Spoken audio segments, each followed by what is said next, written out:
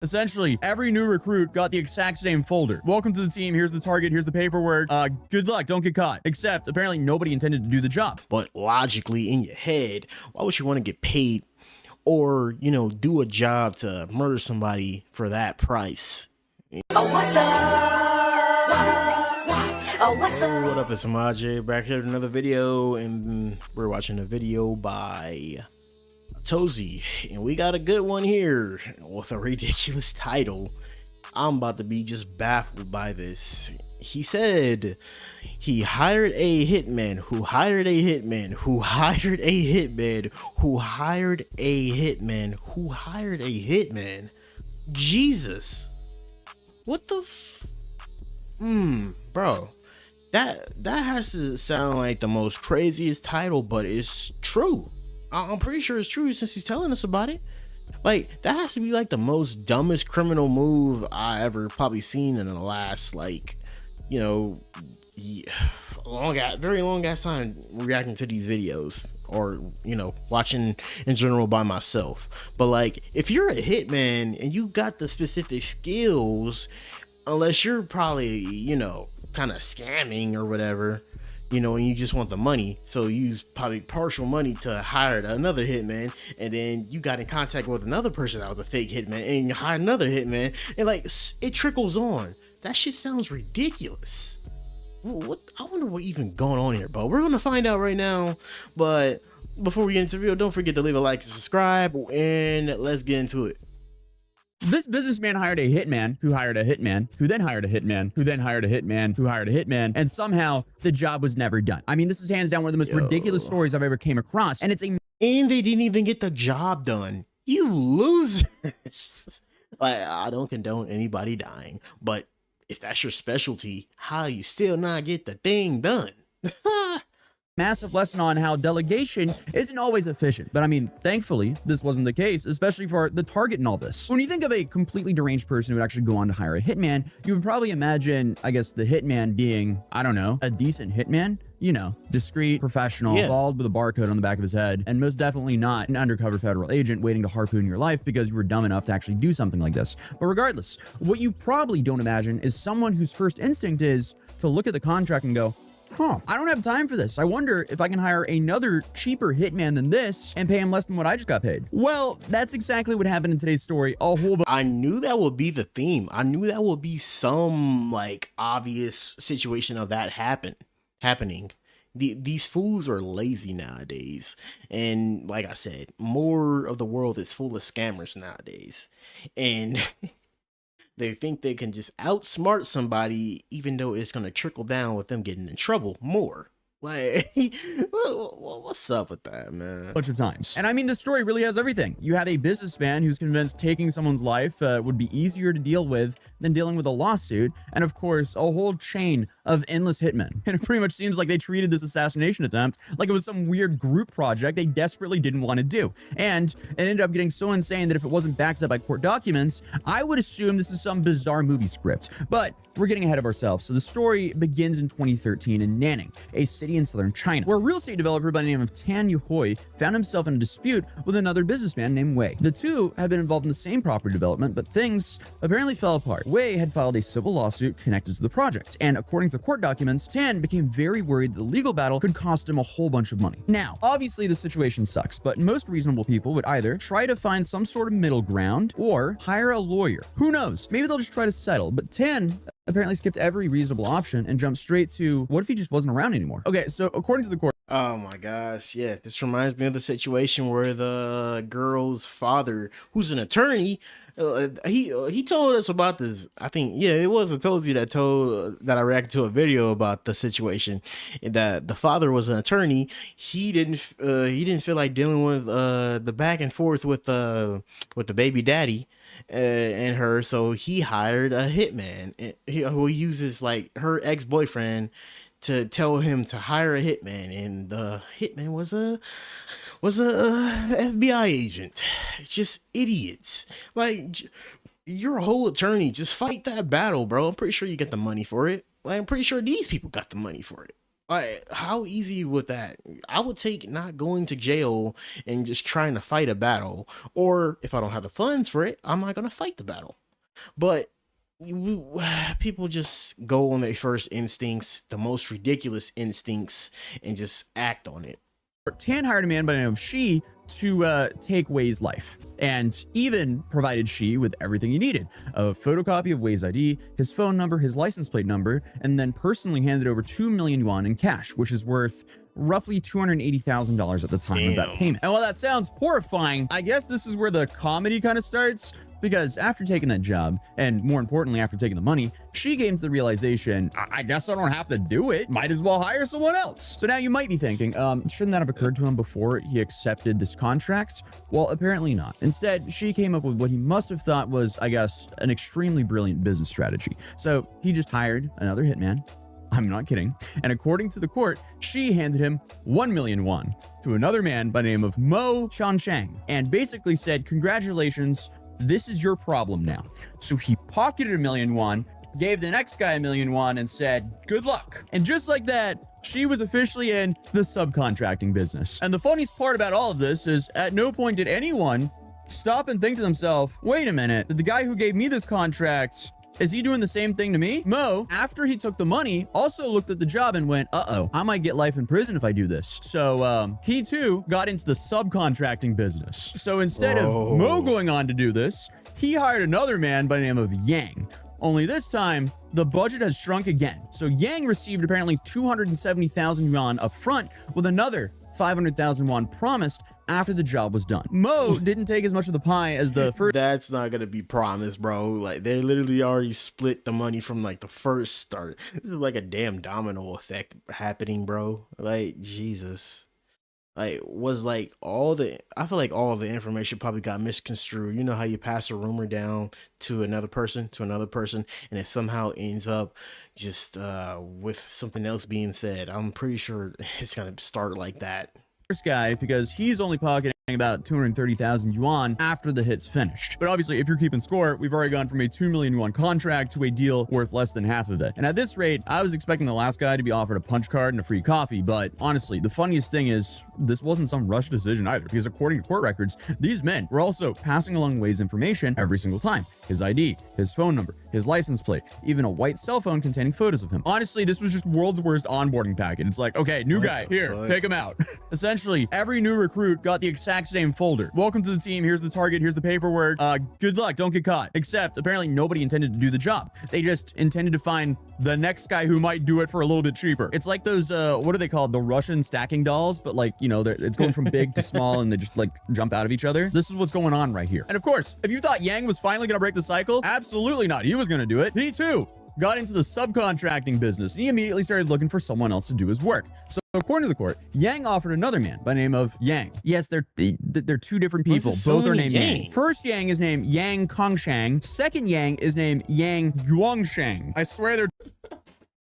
I'm sorry, bro. I ain't trying to be racist when I say this, but like, why does so many like people in the foreign countries have like so many similar names? I probably get that like Yang or something probably means yin yang or something like that. I'm pretty sure like that's probably like embedded in the culture, and it probably means like, you know, probably like something good in their culture. So pretty sure that name's like probably like the most popular. I do remember like watching a video like a while back, and I guess they say, you know, Japan, China, like all those foreign countries like be naming like a lot of people like the same name. It's just like the name Muhammad.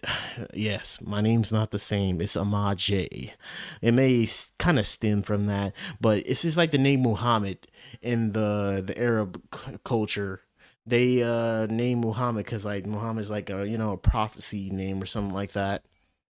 Two different people. There's a slight spelling difference on the last name. I am probably butchering the last name. I'm not pronouncing it correctly, I don't think. I guess this is kind of like the Chinese version of Joe Smith hiring Joe Schmidt to do his dirty work. Regardless, Yang offered Yang 200,000 yuan up front, plus another 500,000 yuan once the job is completed. What is he pocketing? Like 80,000 yuan? He's not pocketing that much money anymore. It was the first guy who pocketed a lot of money. But honestly, I don't even think it matters, because everyone involved here is making equally questionable decisions here. Regardless though, Yang too accepted the offer from Yang 1, and he did the exact same thing. I'm pretty much starting to think that these weren't hitmen at all. They're all just kind of recruiters. So he passed the contract on to a fifth man by the name of Ling Jianxi, and he promised him 100,000 yuan if he took Wei's life. Suddenly that payment reduced a whole bunch now. We just dropped from what, 700,000 to 100,000. But the last two guys didn't take that much in comparison. Obviously, I'm judging them for being hitmen, but I'm also judging them with how greedy they are in their subcontracting work. The original contract was worth 2 million yuan. And by the time it finally reached Ling at the end here, the guy who's supposed to do all of this, he was offered 100,000 yuan, which is, 5% of the original deal. So somewhere along the line, this assassination had turned into world's most inefficient franchise. Essentially, everyone above Ling had taken a cut and nobody really took that much risk. Well, I mean, I guess it is the risk of hiring a hitman, but relative to actually doing the acts, they're getting compensated a whole lot better than the guy at the end. Honestly, if this chain just kept going, the sixth guy would have probably been...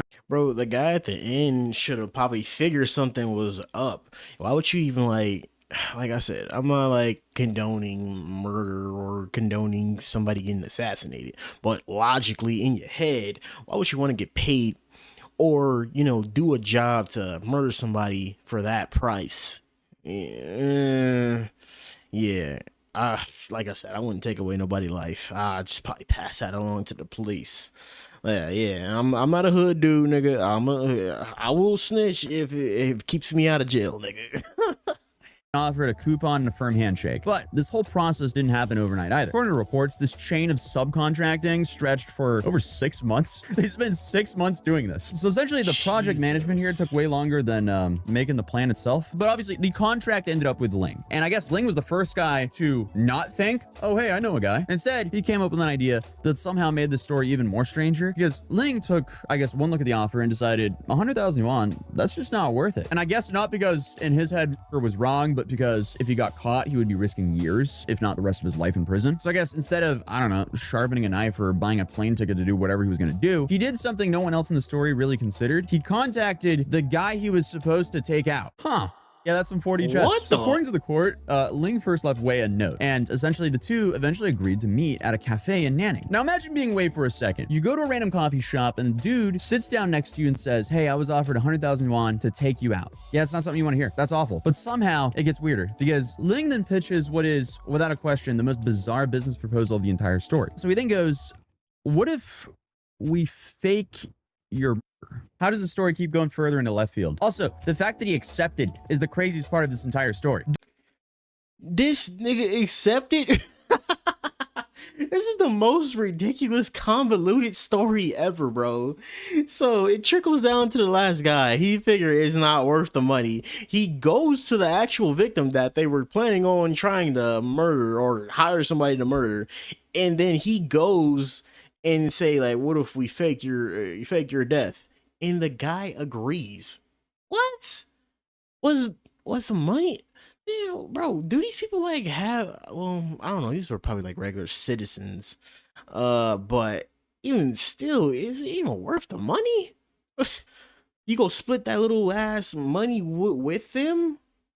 Dude goes, hey, I was offered 100,000 yuan to take you out. We fake your Is that good with you? And he goes, yeah, it sounds good. What? So the two of them went on to stage a photo. And according to the court, Wei allowed Ling to photograph him with his hands bound behind his back. So Ling would have, I guess, proof that the contract had been carried out. And I guess after all of this, Ling even handed over the white cell phone containing all of Wei's personal information. You know, the same phone that had been passed from hitman to hitman throughout the entire scheme. So he gave the victim all of his personal information, or a phone containing all of his personal information. Well, regardless, Ling had everything he needed. He had a convincing photo, a story to tell, and 5 very gullible men waiting for an update. So according to reports, Ling sent the photo back to Yang 2, who believed it. So Yang 2 sent the information to Yang 1, who also believed it and kept passing the news up the chain. So eventually it all got back to Tan, the businessman who paid millions for this whole operation. But I guess the crazy part about this is nobody asked for any more proof beyond one photo. Not a single follow-up question. They just all collectively went, yeah, it looks right. Okay, cool. Thank you. Meanwhile, Wei, the man who was supposed to, not be alive anymore, more, he walked into the police station. Yeah, with that phone, of course. Bruh. So that's it. After 6 months of planning, negotiating, subcontracting, taking commissions, and staging fake evidence, the entire conspiracy fell apart because the intended victim simply just told the police what happened. So the victim then literally walked in and said, okay, you guys aren't gonna believe this. This guy hired this guy, hired this guy, hired this guy, who hired this guy, who hired this guy, who walked up to me, confronted me at a coffee shop and went, hey, can we fake your death so I can then pass that back up the chain? Oh, by the way, here's all the information that's been passed all the way down. So Wei made it pretty easy for them. Oh my gosh. This story just continues to just get worse. And the properties just shows that like these people are just stupid. Like they fake their death and it goes back up the chain. I guess essentially sometimes he kind of smart because he pocketed the money and basically sent it back up the chain, and then he basically walked into the damn police station to report all the motherfuckers in the schemes. Jeez, man. Oh my god. This hurts my brain. This hurts my brain of just how people are just so dumb. That you got two people named the same name, and then you got people just passing on like basically hitman jobs. And when it's passed on, they tell people that, oh, it's done, it's the guy's murdered, and it keeps going up the chain back and forth.